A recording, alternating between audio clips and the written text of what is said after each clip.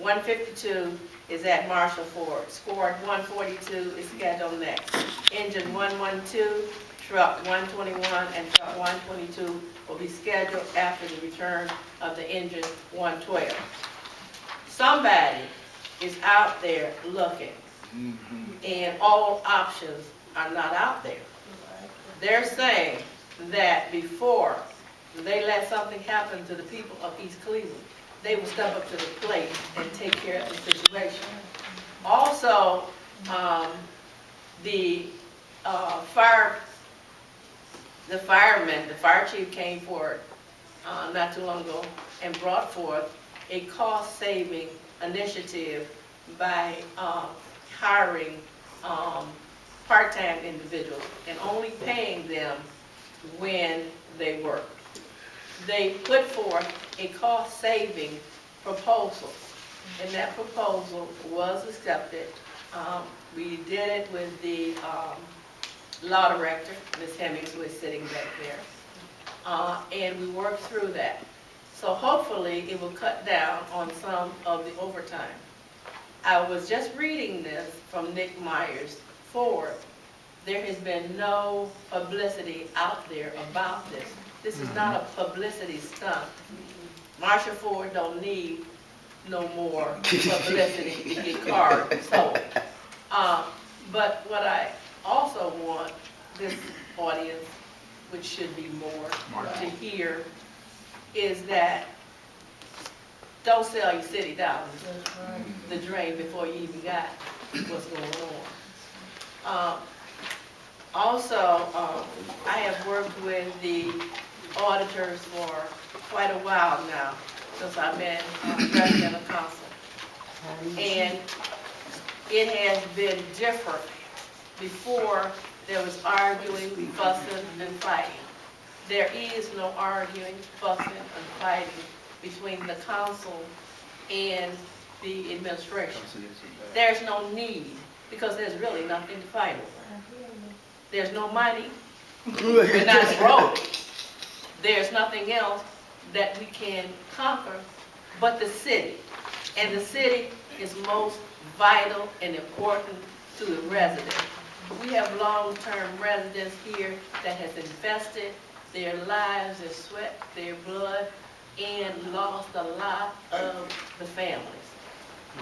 So I'm saying here that we should not be so quick to be misrepresented and fall into a trap that you can't get out of. Once you give away something, you can't give it back. You can't get it back. And you know I'm from labor. I don't give away nothing. I fight for everything that I get. I hold on to it. If it's taken in protest. And right now I'm protesting vividly. I'm not saying that merger should not be one of the options, but I am saying don't make that your priority like the mayor has made it. And ask yourself, why is he so intent on merger? Is it like here, the firm? Is there no monetary gain in this to be made? Ask those questions. Ms. Forbes asked some good financial questions. I suggest you ask them from the mayor when you go, before you go out here and start putting your John Henry on petition. Okay? Thank you, Madam Chair, and thank you for indulging me in this. Any questions for Ms. Thomas? I guess I have a few. Yes, ma'am. Being that that has been presented in a public forum and is now a public record, and actually had been, I believe, before. Yes. I believe all the commission would like a copy of that arrangement between council and Buckley King. I think the council clerk would be glad to do that. That'd be great. And you can just send it to me via email. We will get it to you. Okay, that'd be great. Another thing I just wanted to comment on, rather than a question, well, maybe it's a part question. First of all, Nick, Mayor, Marshall, Ford should be commended on what they've done. I would imagine that they'll also be eating what's owed to them that was due August 23rd in the amount of $174.69, and the amount of $67.77 that was due May 4th of 2014. I think that those are minor numbers, and if they're fixing all the trucks, I'm sure they wouldn't mind eating that, but that's a negotiable item, which the mayor has not reached out and started negotiating down with the amounts that we owe. I'm thinking that our financial individuals will do that. I don't know how that's going to work, but I'm sure if it's there, they'll take care of that. Okay. One other question, I guess, on the choice of Buckley King. Was that something that the council came together on? Did they come to you? How did that transpire? That was something that the council came together on, and it was recommended that we look into it by one of our council people, and said that Who was that council person? Mr. Councilman. Okay. And he's no kin to the Buckley King. I think if he was, he wouldn't be sitting on this council.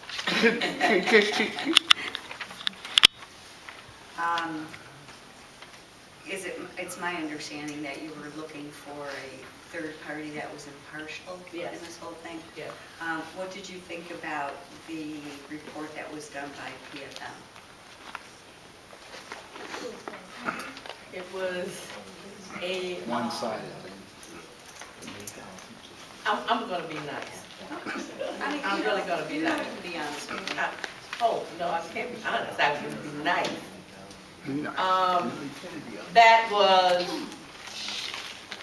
I can be nice and also be honest, because when I'm nice, I'm honest. So, before, most of the items and what came out of that came from the financial recovery that was put in place prior by the members of the council and along with the auditor. If I'm wrong, you know, I always tell the truth. So I don't think too much of that report. But I would imagine that you are thinking that you'll think more of the report by Buckley King. Do you know what kind of law Buckley King specializes in? All kinds. They do primarily economic development, public sector, creditors' rights, and bankruptcy. And so this is a firm that you're going to for an impartial third-party assessment. And your point being? Yes, what is the point? The fact that they specialize in bankruptcy does not make them at all, it still makes them impartial. I think, Madam Chair, with all due respect to you and to the commission here, I read what our intention was, and that is to pursue all options. And if bankruptcy is one of those options, and it's a viable thing for us to do, and they can lead us in that direction with no hesitation and make that recommendation, we will take it under advisement, as it said in this report. It's murder. Great, great. I look forward to that report. Thank you.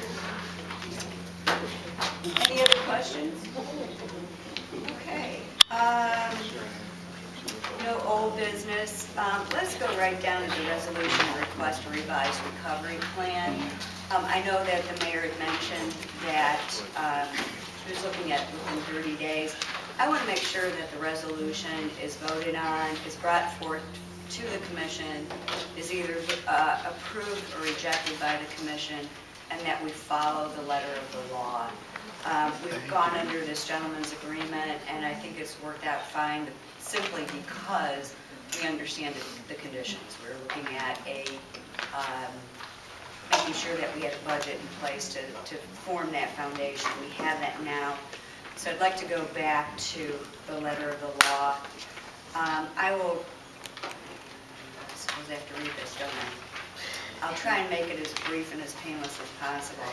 This resolution 2015-01 of the Financial Planning and Supervision Commission for the City of East Cleveland. And the purpose is to inform the City of East Cleveland of the failure of the financial recovery plan submitted on May 16, 2014 to achieve fiscal solvency, and to request the City of East Cleveland to submit an amended financial recovery plan. Here come the whereases. Whereas pursuant to Chapter 118 of the Ohio Revised Code, titled Local Fiscal Emergencies, the City of East Cleveland, Cuyahoga County, Ohio, was declared to be in fiscal emergency condition on October 9, 2012. And whereas Section 118.07 of the Ohio Revised Code sets forth the powers, duties, and functions of the Financial Planning and Supervision Commission for the City of East Cleveland, we can now call it the Commission. And whereas pursuant to Section 118.06 of the Revised Code, the Mayor of the City of East Cleveland is required to submit to the Commission a detailed financial plan as approved or amended and approved by ordinance or resolution of the legislative authority of the City of East Cleveland during the period of fiscal emergency.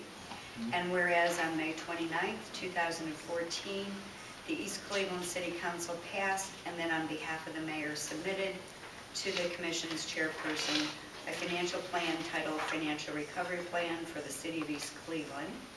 And whereas on June 3, 2014, the Commission adopted the City of East Cleveland's financial plan. And whereas the financial plan has been found unable to eliminate all fiscal emergency conditions, satisfy all judgments and past due accounts payable, eliminate the deficits in all deficit funds, and avoid any fiscal emergency condition in the future as required in Division A1, A through C, and A1F of Section 118.06 of the Ohio Revised Code. And whereas any financial plan may be amended subsequent to its adoption in the same manner as the passage and approval of the initial or subsequent plan pursuant to Division A to C of Section 118.06 of the Ohio Revised Code.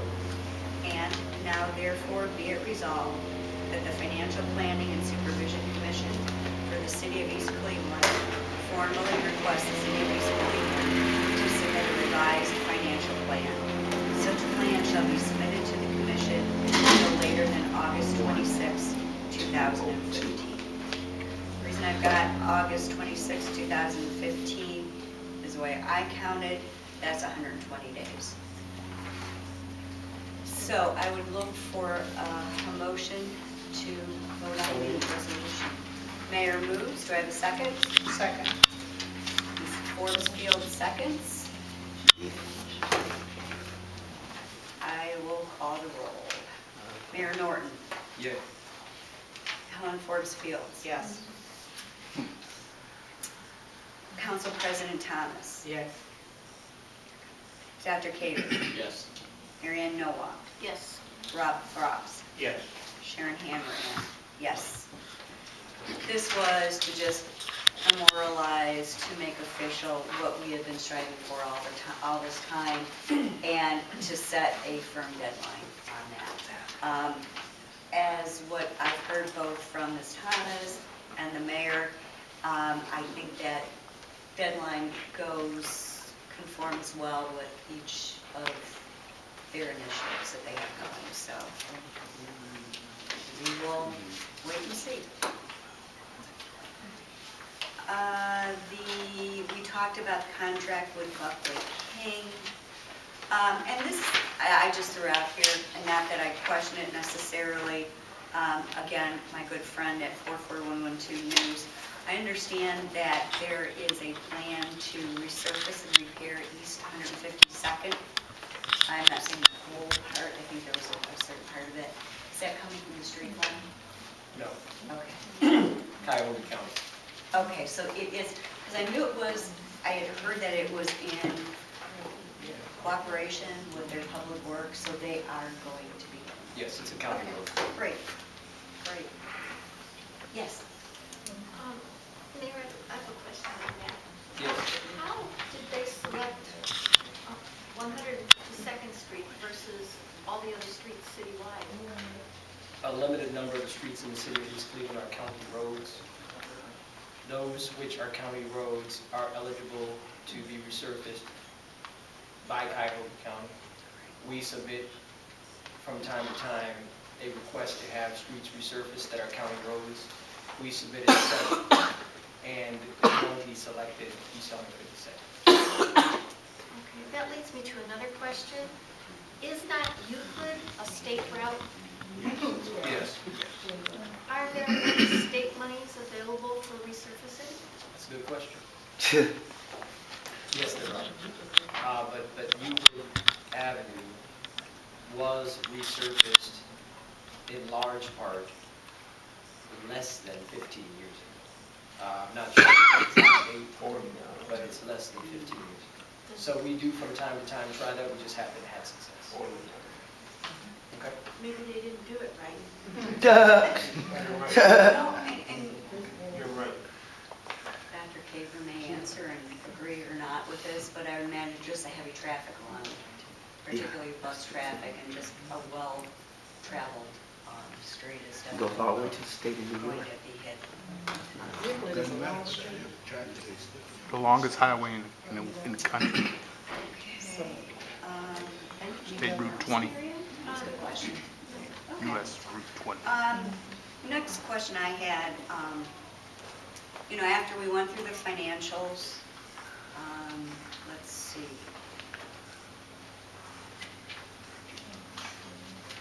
How much cash do we have as of the end of March? 225. I was, surprised to hear that there's talk about giving employees raises.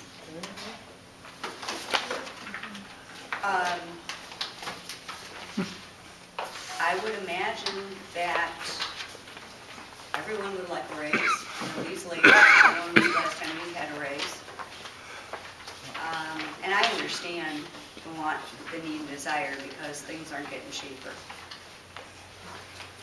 I would also imagine that the businesses that are owed the $3.9 million that is owed by the city to them would like to give their employees raises, but probably are not in the position to because they have some accounts receivable that they've been unable to collect on.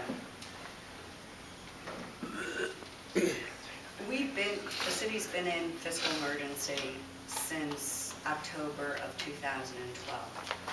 I'm not sure why I feel the need to, or why I should be in the position to explain this, but that means that you don't have funding. You have a budget problem, and one thing that you don't do to address a budget problem is to give people raises. Now, at the same time, I have received information from the court. The court has realigned their budget, they have realigned their positions, and they are actually giving back money to the general fund. That makes good business sense. But to just go out and give people raises, I'm sorry, that's ludicrous. Yes, it is. No doubt about it. And I would imagine that we probably won't hear it much more out of this subject. That's right, you're right. Ludicrous. You know what? Crazy. Yeah. So one of the challenges that the city has is collective bargaining agreements. I'm aware of 2 raises that occurred within the purview of the administration. The others occurred outside of the purview of the administration. To think that raises are just given because people ask for them, or given just because people want them, or just because we want to give them, I think that leaves a little bit to be desired. I know of 2 individuals who got raises. in the police department. The reason why I bring up collective bargaining is because all of the members of the police department up to chief, just below chief, are collective bargaining unit members. The position of police captain is also in the collective bargaining unit. There is a specific pay rate that is paid to that position. The gentleman who was promoted to that position over a year ago, or about a year ago, has made probation and is entitled to the contractual rate of pay. And that's why he received a raise. In addition to being entitled to the contractual rate of pay, he was promoted from lieutenant to captain.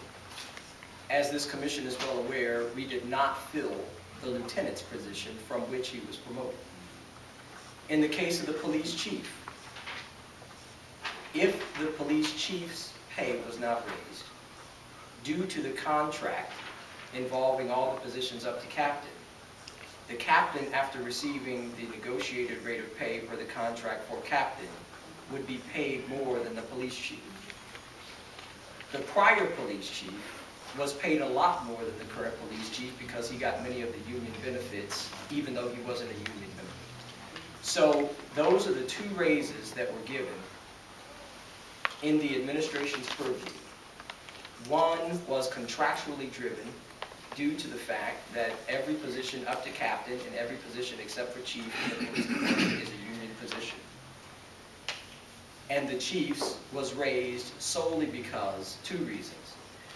One, he would have been paid less than his subordinate, and his pay was never increased from lieutenant, the position from which he was promoted. And similarly, the gentleman who was promoted to chief, just like the gentleman who was promoted to captain, we did not fill either of those lieutenant positions after we promoted. So while they are raises, they are cost savings. Again, we are not paying two full positions of lieutenant, salary and benefits under the union contract. And that, to me, makes perfect sense. I would equate that with what the court did as far as good business sense. Now, there's another raise that I don't know much about. That's neither courts nor administration. I know of at least two. And you're right there.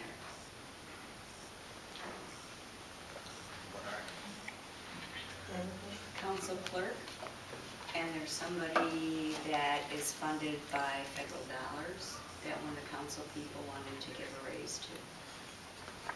And after talking to Mr. Hendershot, the federal government, who has said to me that the problem East Cleveland has always had with federal funding is they go after the federal funding and don't secure the dollars that's needed for what isn't funded by the federal government. So just because a program is federally funded doesn't mean it's 100% federally funded.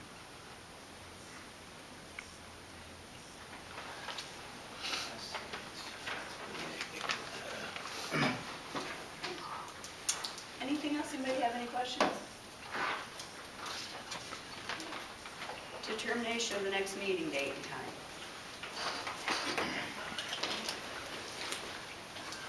It's getting pretty scarce.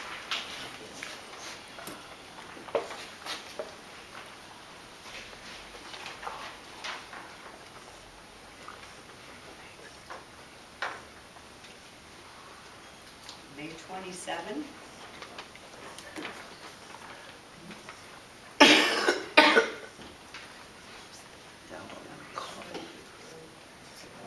That's around Memorial. It is, it's the week after. Well, it's that week of the Wednesday after. If not, I don't have a problem meeting first part of June either. I'm good before. About the first part of June, say June 3rd. Okay.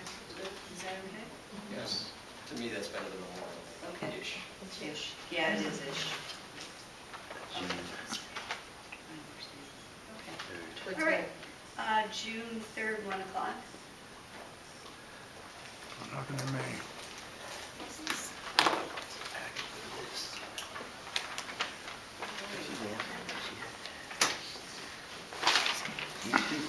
I'll get it for you. Thank you.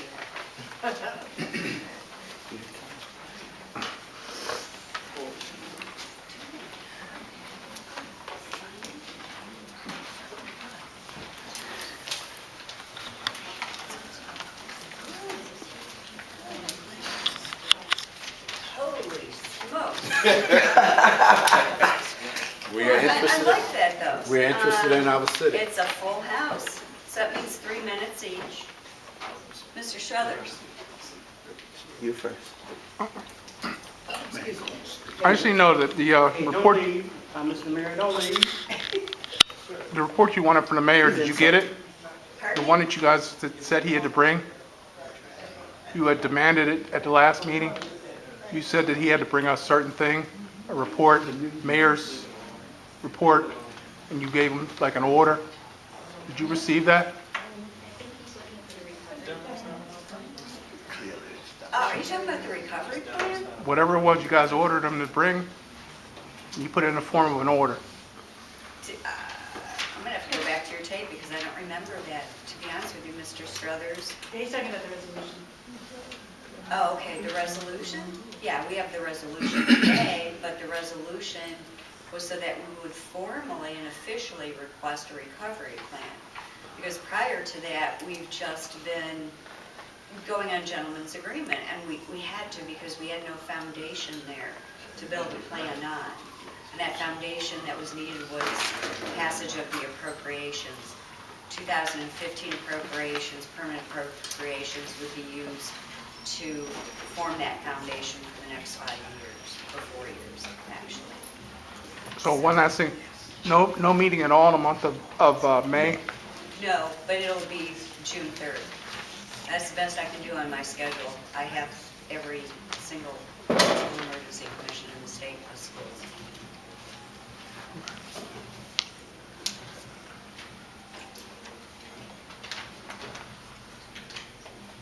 Is that your new, is that? That's all. I'm sorry, okay.